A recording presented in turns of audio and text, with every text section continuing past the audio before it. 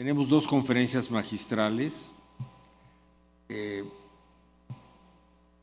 impartirán los doctores Narro y Lascano, pero por razones de estrategia vamos a solicitar primero la presentación del doctor Antonio Lascano, miembro del Colegio Nacional y gran amigo de esta academia, quien nos va a hablar sobre el cambio climático como limitante de vida.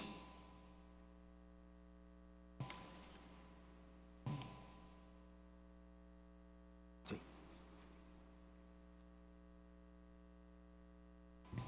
Buenos días, no estoy seguro que salgan ustedes ganando teniéndome a mí como presentador en lugar del doctor Narro, pero les garantizo que después de que yo hable, él estará aquí.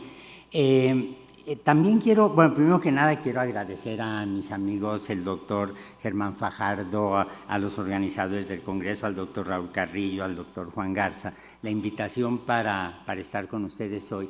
Y cuando se acercaron a mí, lo primero que dije es, yo no trabajo en cambio climático, no trabajo tampoco en contaminantes, no trabajo tampoco en problemas que tengan que ver directamente con el tema del Congreso, de la reunión.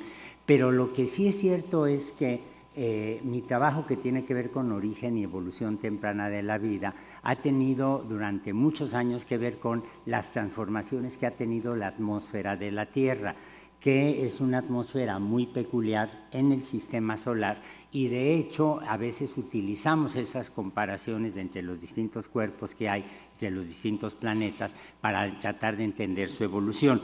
Lo primero que hay que decir, y esto es una paradoja que yo encuentro fascinante, es que vivimos en un universo que es extraordinariamente reductor, es rico en hidrógeno. El hidrógeno es el elemento más sencillo de la tabla periódica, es el elemento con mucho más abundante que hay en el universo, pero la Tierra, que se formó de una nube de material interestelar hace 4.600 millones de años junto con el resto del sistema solar, en realidad es un planeta extraordinariamente rico en oxígeno. Y esto es una situación tan peculiar en el sistema solar que llamó la atención desde el siglo XIX de muchos investigadores, y Vernadsky, que fue uno de los primeros que acuñan y utilizan el término de biosfera en el sentido en como lo usamos hoy en día, rápidamente se dio cuenta que esto estaba relacionado con la presencia de organismos fotosintéticos que liberan una enorme cantidad de oxígeno y están absorbiendo CO2. Y esta afirmación marca un hito porque se dan ustedes cuenta que lo que implica es que estamos conectando a las actividades de la biosfera con la caracterización geoquímica del planeta. Ahora, el oxígeno no siempre ha estado presente en la Tierra. De hecho, nosotros podemos ver en este tipo de imágenes, que son muy populares entre los planetólogos y cada vez más entre los biólogos, cómo el planeta se forma hace unos 4.600 millones de años.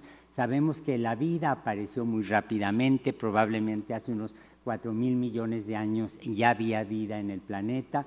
Esta vida evoluciona muy rápidamente de lo que eran bacterias que estaban consumiendo los compuestos orgánicos sintetizados a su alrededor, a organismos fotosintéticos. Probablemente la primera fotosíntesis no liberaba oxígeno, sino que permitía la acumulación de otros elementos, entonces el azufre, pero probablemente después del origen de la vida, el cambio más intenso que ha tenido el planeta es la aparición de la atmósfera oxidante, que resultó del surgimiento de cianobacterias. Cianobacterias que ustedes pueden ver ahora como viviendo como cloroplastos en el interior de las hojas de las plantas, las pueden ver formando estas capas de lama en distintos charcos y demás, y a partir de ahí se dan una serie de cambios geoquímicos en la historia del planeta que van a traer, por ejemplo, la aparición de las células con núcleo, los llamados eucariontes, la diversificación de los organismos nucleados y eventualmente los animales, que somos uno de los grupos biológicos que más oxígeno requiere para poder prosperar. Lo que quisiera subrayar es que a lo largo de toda esta transformación de la atmósfera provocada por la actividad biológica, ha habido cambios muy notables en el clima, cambios verdaderamente excepcionales. Por ejemplo, llamamos a la Tierra hace unos 2.500 millones de años como el planeta que se convirtió en una bola de nieve, porque tuvo una época glacial extraordinariamente intensa. Encontramos registros de esta glaciación no solo en los sedimentos, sino incluso en la respuesta de muchos organismos a temperaturas bajas. Un caso concreto es Chlamydomonas nivalis, una célula, un alga unicelular que se encuentra mucho en los Alpes. No conozco ningún reporte en el caso, por ejemplo, de los volcanes de México donde esté presente, y claramente está adaptada a temperaturas muy bajas. De manera que se dan ustedes cuenta de esta relación tan íntima entre la evolución del planeta como tal, la evolución de la biosfera y los distintos registros geológicos que podemos tener. ¿Cuál es ¿de dónde sale este cambio tan fundamental en la atmósfera terrestre? Bueno, del hecho de que las cianobacterias producen oxígeno. Sabemos que están relacionadas con un grupo que antes usaba el ácido sulfídrico como donador de electrones, y lo que las cianobacterias hacen hoy en día es básicamente tomar el CO2 y el agua y liberar oxígeno y sintetizan materia orgánica. Y esta actividad metabólica a lo largo de miles de millones de años va cambiando al planeta de una manera muy intensa. La Tierra originalmente, como ya dije, carecía de oxígeno libre. La aparición de las cianobacterias, la aparición de la fotosíntesis oxigena, va haciendo que se formen pequeños oasis oxidantes, y eventualmente no sabemos bien a bien por qué. Aquí hay varias discusiones. Hubo un cambio que pudo haber sido repentino o un poco más gradual. Empieza a acumularse el oxígeno y esto permite la aparición de organismos eucariontes como las amibas, las diatomeas, todos estos flagelados unicelulares. Aparecen de distintas maneras la multicelularidad, y eventualmente hace unos 700, 800 millones de años aumenta de nueva cuenta la cantidad de oxígeno y aparecen los animales. Esto lo tenemos registrado en el registro geoquímico, en el registro molecular, porque por ejemplo la colágena, que es indispensable para que existan los tejidos animales como los conocemos, solamente se puede formar si tenemos unas reacciones de oxidación que cambian la lisina y la prolina, que son parte de sus componentes. De manera que ustedes ven como en el registro geológico o en el registro bioquímico encontramos huellas de estas modificaciones de oxígeno. Hubo cambios climatológicos, hubo cambios climáticos a lo largo de toda la historia del planeta. La acumulación del oxígeno provoca de verdad una cantidad brutal de cambios climáticos que no necesariamente están registrados en el registro geológico. Si me voy a épocas muy antiguas, muy tempranas, porque allí no es fácil encontrar indicadores. En todo caso, lo que yo quisiera subrayar es que asociado con la acumulación de oxígeno, con el cambio de la temperatura superficial de la Tierra, hay también cambios profundos en los océanos. Y esto lo vemos reflejado,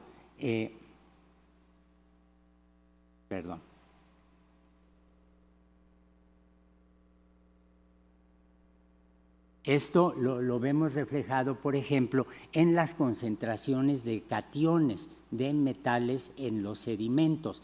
Por ejemplo, la presencia de oxígeno es lo que permite la presencia de grandes cantidades de cobre libre en los océanos, y sin el cobre no podemos tener superóxido dismutasas, que son las enzimas que nos protegen contra el daño que el oxígeno está provocando. Claramente, el punto al que no hemos llegado todavía es poder asociar estos cambios en las concentraciones de distintos metales, de distintos cationes en los océanos con los cambios de temperatura. Sospechamos, esta es una sospecha, no es una realidad, que hace unos 2.500 millones de años, cuando aparecen por endosimbiosis los organismos con núcleo, sospechamos que al mismo tiempo la cantidad de oxígeno que hubo permitió una transición que se puede ver reflejada en eucariontes muy antiguos con una mayor proporción de citosina guanina en su DNA, por una razón muy simple. La citosina guanina forma 3 puentes de hidrógeno, la adenina timina 2 puentes de hidrógeno, una sobreabundancia de guanina citosina querría decir que están adaptados a una temperatura que va a ir creciendo. Pero estos son un área completamente no explorada y que ciertamente valdría mucho la pena insistir en ella. El punto básico, pues, es el reconocer que tengo distintos registros biogeoquímicos que se van a reflejar, por ejemplo, en la presencia de las metaloproteínas, una serie de moléculas que claramente me hablan de distintas temperaturas, y todo ello lo puedo asociar con la acumulación de oxígeno libre cada vez en mayor cantidad en el caso del planeta.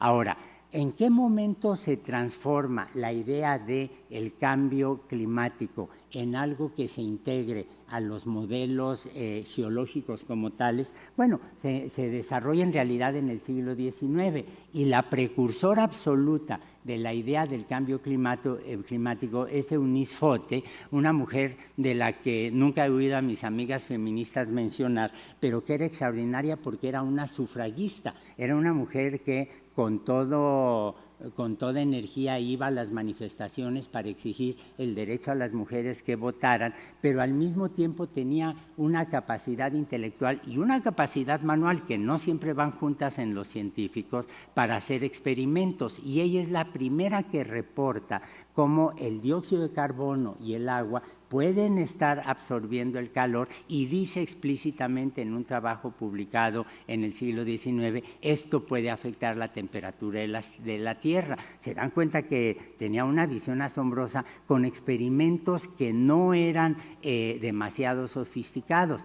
De hecho, sospechamos que algunos de los experimentos los hacía en su casa, y cuando ella quiso presentar un trabajo en la American Academy of Sciences en Estados Unidos, no la dejaron porque era mujer. Entonces, se dan ustedes cuenta que cobramos conciencia del cambio climático y cobramos conciencia de que tampoco podemos seguir excluyendo a las mujeres de esa manera. El que es famoso por haber hablado del cambio climático por primera vez en público es John Tyndall, un físico irlandés que tuvo la suerte de conocer, de dialogar varias veces con Charles Darwin, pero la precursora absoluta, desde luego, de la idea del cambio climático es Eunice Foote.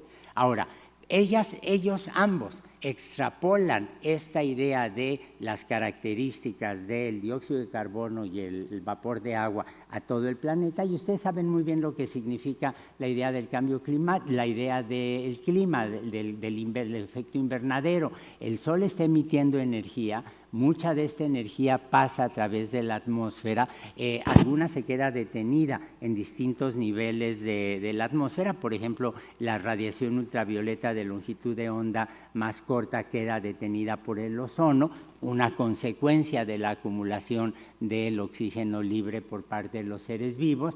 Hay radiación que es reflejada y, como todos ustedes saben, los gases invernaderos se van a calentar y van a volver a esta radiación, va a regresar a la superficie de la Tierra, se queda atrapada. Todos hemos entrado a un coche con las ventanas cerradas y hemos visto como la temperatura del interior del coche es mayor que la de afuera.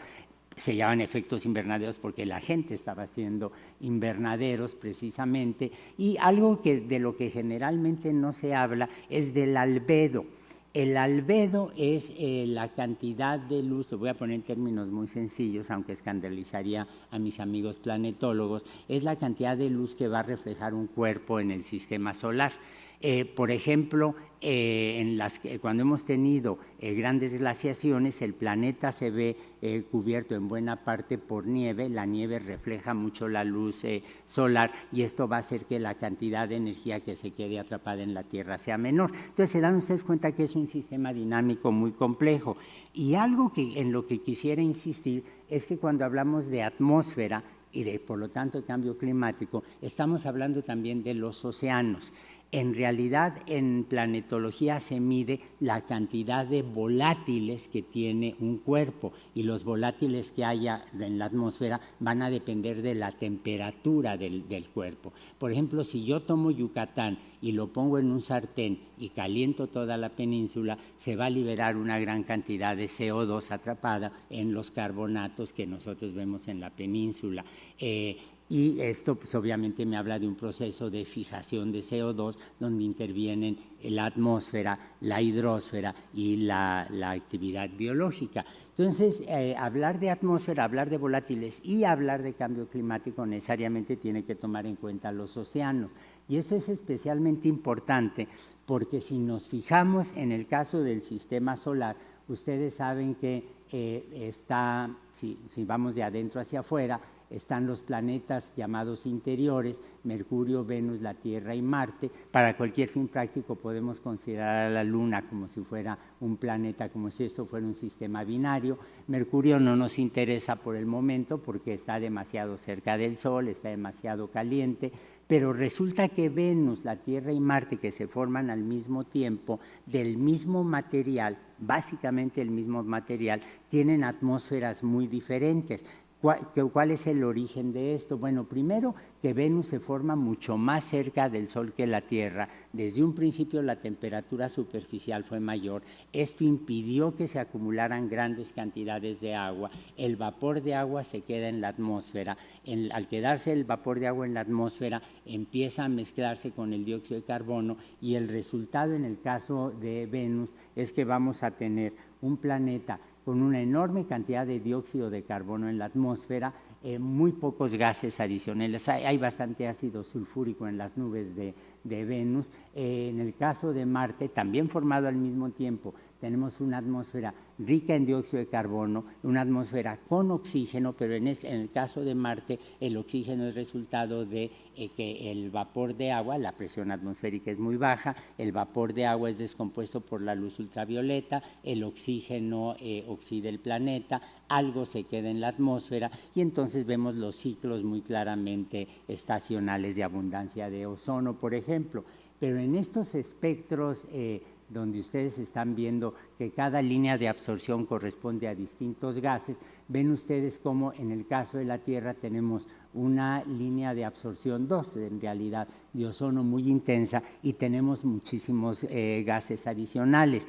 ¿Qué fue lo que pasó para tratar de entender esto con un poco más de detalle? Bueno, en el caso de la Tierra tuvimos el efecto invernadero, esto permitió que hubiera agua líquida, esto permitió que apareciera la vida, se dan los cambios de composición de la atmósfera que ya mencioné, pero en el caso de Venus es lo que en inglés lo llamamos runaway greenhouse effect, es en realidad un efecto invernadero que se desboca por completo. El planeta entra en una fase en donde hay tanto CO2 que ya no puede regresar a una situación original. Y aunque en algún momento en el CONACYT, recién entrada la nueva administración, la directora se atrevió a decir que había ciencia occidental que investigaba cosas inútiles como los otros planetas del sistema solar, no resisto mencionar que tenemos una idea muy precisa de la planetología porque estamos comparando los distintos cuerpos del sistema solar, y el planeta del que más nos hemos beneficiado en términos de conocimiento por la exploración espacial es precisamente la Tierra, y aquí lo ven ustedes. Tenemos en el caso de Venus una situación extrema que en la Tierra no se dio simplemente por la distancia a la que nos encontramos del Sol.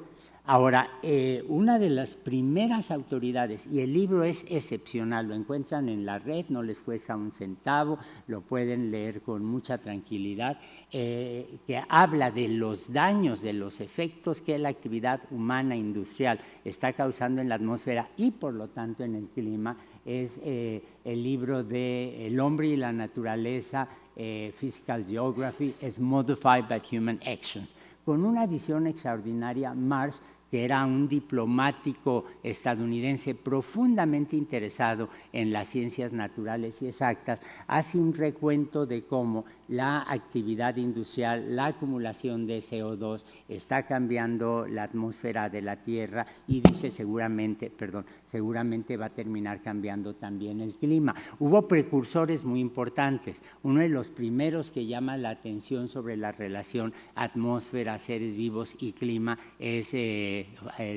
Alexander von Humboldt, el conde de Buffon, que no quería mucho a los mexicanos, pero era un naturalista extraordinario, también toca el asunto. Y hay historias del siglo, finales del XVIII, principios del XIX, fascinantes, donde, por ejemplo, la gente se preguntaba qué iba a pasar en Canadá con la tumba de tantos, al estar tumbando tantos árboles. El conde de Buffon dice en alguna parte de su libro, esto va a provocar que se acumule más dióxido de carbono y vamos a hacer que Canadá sea un paraíso más caliente en lugar del lugar frío que es ahora, en el Canadá francés, desde luego. Entonces se dan cuenta que hay muchos precursores, pero para mí el que logra sintetizar por primera vez de una manera excepcional todos estos conocimientos es precisamente John Perkin Marsh. Y además tenía, como se dice en inglés, the felicity of style, porque escribía maravillosamente bien y la capacidad para conjuntar información geográfica, meteorológica, biológica y geológica, junto con la crítica industrial, es muy buena. Bien, ¿cuál es el riesgo básico que Marsh es el primero en señalar? Aquí, ¿qué pasó? Creo que por estar de ecologista sin usar baterías ya se acabó la pila.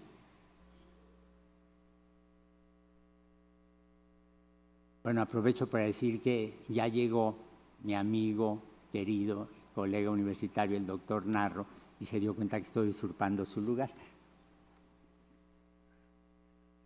Sí. Tenemos que cambiar la pila, perdón.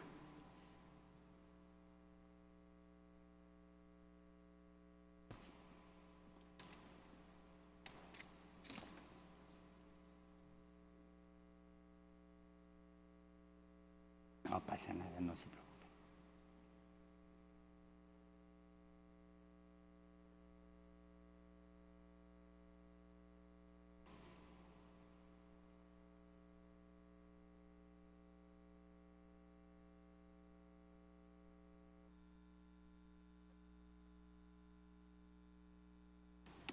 Ahorita estamos en tiempo fuera como en los partidos de fútbol, ¿verdad?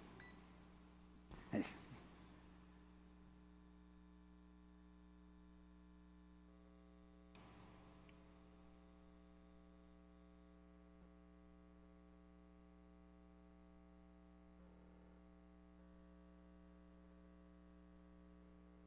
Perfecto, muchísimas gracias.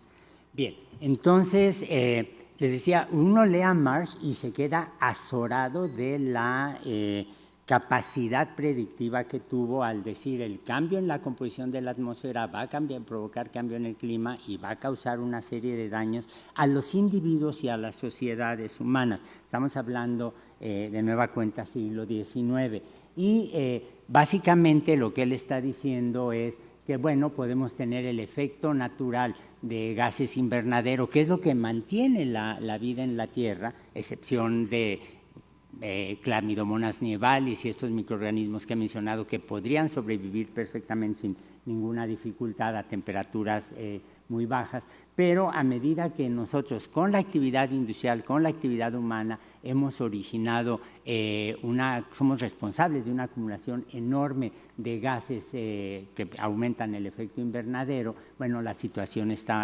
evidentemente preocupante. Quisiera muchísimo llamar la atención sobre un artículo espléndido que se acaba de publicar hace 2 semanas en Science Advances, una de las filiales de la revista Science. Es un artículo de acceso gratuito, no necesitan estar suscritos.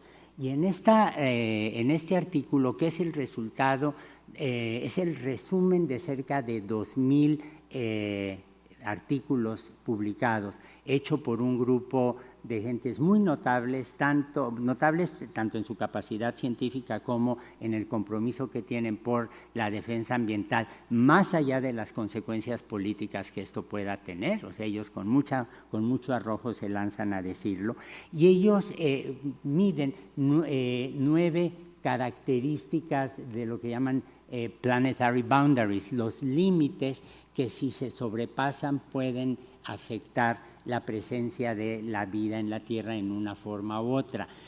Busqué qué título ponerle. Este es el título del artículo en realidad, pero es un poco, y perdón por la comparación, es un poco como los signos vitales que miden los médicos. Yo alguna vez estuve en terapia intensiva 2 meses y medio, Pepe Narro lo sabe muy bien, el doctor Narro lo sabe bien, y durante ese tiempo me di cuenta que llegaban y le medían a uno la presión, la cantidad de gases, el índice, bueno, qué tanto estaba uno comiendo, en fin, toda una serie de cosas que lo incomodan a uno, pero que finalmente, electrocardiogramas, etcétera, pero que finalmente son un indicador de qué tan bien o qué tan mal está.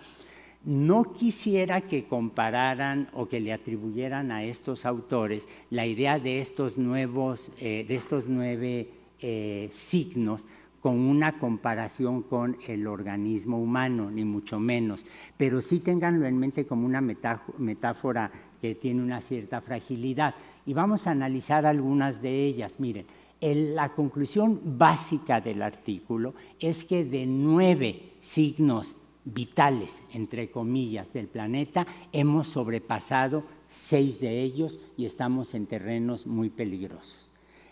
¿Cómo se mide? ¿Cuál sería el estándar? Bueno, ellos dicen, vamos a ver por el registro geológico, por la presencia de seres vivos, vamos a ver cómo ha sido el planeta en los últimos 10,000 años. Y todas las civilizaciones humanas, todas las culturas se han desarrollado precisamente en estos 10,000 años, en estos últimos 10,000 años. El límite, digamos, óptimo para que se desarrolle para que estemos en condiciones seguras, está aquí marcado en verde. Y se dan ustedes cuenta lo dramático que son los cambios que hemos inducido para distintos factores. Por ejemplo, aquí ven ustedes los flujos biogeoquímicos. Por eso hablé de la biogeoquímica como un indicador importante en términos de cambio climático, evolución biológica y riesgos. ¿Por qué están aquí el fósforo y el nitrógeno? Porque la agricultura que tenemos ha sobrepasado los límites razonables, las concentraciones razonables de fósforo y nitrógeno, y hemos inundado los mares, las aguas frescas, las aguas dulces, con tal cantidad de fósforo y nitrógeno, que ahora tenemos esta sobrepoblación de algas que finalmente son crisis ecológicas que afectan la biodiversidad de los ambientes, o en algunos lados, por ejemplo, el exceso de fósforo y nitrógeno. Todo esto viene de los fertilizantes, no lo olvidemos, ha provocado que tengamos cuerpos de agua que son estériles. Por ejemplo, un parámetro que no está tan mal, pero tampoco es para sentirnos muy complacientes, es los cambios que ha habido en el agua dulce. Lo que aquí la dividen en agua verde y agua azul. El agua verde sería la que necesitamos con las plantas, y se dan ustedes cuenta como ya estamos en una zona de riegos, como se ve indicados aquí. El cambio en el sistema de cambios en la tierra. No necesito mencionar otra vez el caso de Veracruz, que fue un lugar en donde, como decía ayer en su charla el doctor Sarucán, era uno de los ejemplos mayúsculos de biodiversidad en el país, y ahora se ha reducido la selva a solo 2% de la cantidad que alguna vez tenía. O piensen en el caso dramático del Amazonas, que por una falta brutal de conciencia de parte de los políticos y de la sociedad, se ha estado provocando una deforestación brutal en el Amazonas por una falta de coordinación entre los distintos países que políticamente son dueños del Amazonas, cuando el Amazonas es un recurso de todo el mundo. Bueno, esto desde luego ha provocado una un incremento en el riesgo al perder estas tierras que se usan para agricultura, para ganadería, etcétera. Tenemos el caso, el más dramático es la integridad de la biosfera, donde ven ustedes que en términos de pérdida de diversidad genética tenemos unos niveles verdaderamente aterradores, y todo esto está relacionado entre sí. Si yo voy a que me midan los signos vitales, evidentemente mis signos vitales, la hipertensión no está desconectada de cómo funcionan los riñones, no está desconectada de cómo funcionan mis niveles de azúcar, etcétera, ¿no? Y pasa exactamente lo mismo con cada uno de estos indicadores. En el caso del cambio climático, ven ustedes la concentración de CO2, que no es buena en modo alguno, pero tampoco es tan peligrosa, pero corre el riesgo de sobrepasar, de tener un efecto invernadero desbocado en términos de la cantidad de energía que se queda atrapada en la parte inferior de la atmósfera.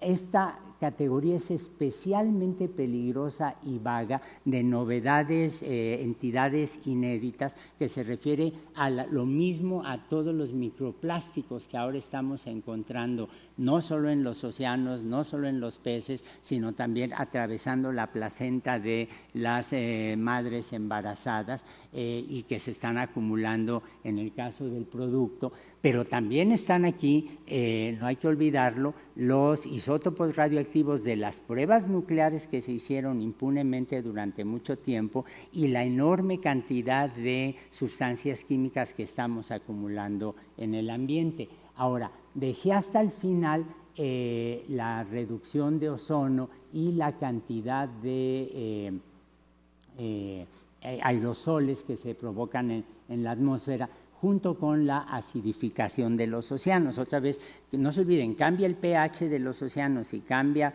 la composición de la atmósfera, se altera con la temperatura, y esto va a provocar un cambio en los ciclos biogeoquímicos. Pero dejé hasta el mero final el caso aquí de la pérdida de ozono, porque es un ejemplo magnífico, realmente magnífico, de cómo la actividad humana puede reducir estos riesgos. Gracias a la actitud verdaderamente sorprendente de científicos como don Mario Molina, como la conciencia que desarrollaron algunos sectores de Greenpeace, las actitudes políticas, claramente políticas, de grupos ecologistas en Europa, en Estados Unidos, y empiezan a desarrollarse en América Latina, provocaron que aquí abatiéramos los riesgos de una manera enorme. Y lo mismo, en principio, creo que ese es un mensaje muy alentador, lo mencionan Richardson et al., lo mismo se podría decir de las otras situaciones de riesgo. Ya para terminar, en términos de salud pública, ¿qué implica el cambio climático? Esto es una diapositiva, una imagen que refleja más bien mis actitudes hipocondríacas que un conocimiento profundo sobre los agentes infecciosos. Pero no nos olvidemos que en términos de cambio climático lo que estamos aumentando es la capacidad de dispersión de vectores de patógenos como Aedes albopicus y otros mosquitos. Por ejemplo, la gente no lo sabe, pero en ese momento se está fumigando París. París está siendo fumigado porque hay casos de dengue que se han detectado allí, de una persona que fue infectada, unos en el Magreb, otros en el sur de Francia. Sabemos que hay casos ya de malaria en Texas y Florida, y hay un aumento desmesurado de chikungunya en Paraguay y en Italia. Lo que evidentemente va a ocurrir es que los países desarrollados, cuando vean la presencia de estos vectores y estos patógenos, van a tomar acciones. Tenemos un incremento en el número e intensidad de desastres naturales, como las sequías y las inundaciones, asociadas con aumentos de casos de cólera en Pakistán y Malawi. Todos hemos visto estas imágenes pavorosas de grandes inundaciones que lo que están trayendo consigo es la pérdida de recursos de por sí pobres en algunas sociedades, como por ejemplo el agua potable. Tenemos el problema de la termofilia en ascomicetos. Esto sí me interesa enormemente porque los ascomicetos de interés médico es cándida, por ejemplo, ¿no? Las levaduras en general, que tienen una tolerancia, se ha observado, se ha medido ya cada vez más grande a temperaturas mayores, y no nos olvidemos que estos problemas no los podemos ver alejados de otro asunto tremendamente serio, que es el aumento de resistencia en cándida y en muchas especies bacterianas. Un problema que evidentemente tiene que ver no solo con la medicina, no solo con el ambiente, sino también con la evolución de los microorganismos. Muchas gracias.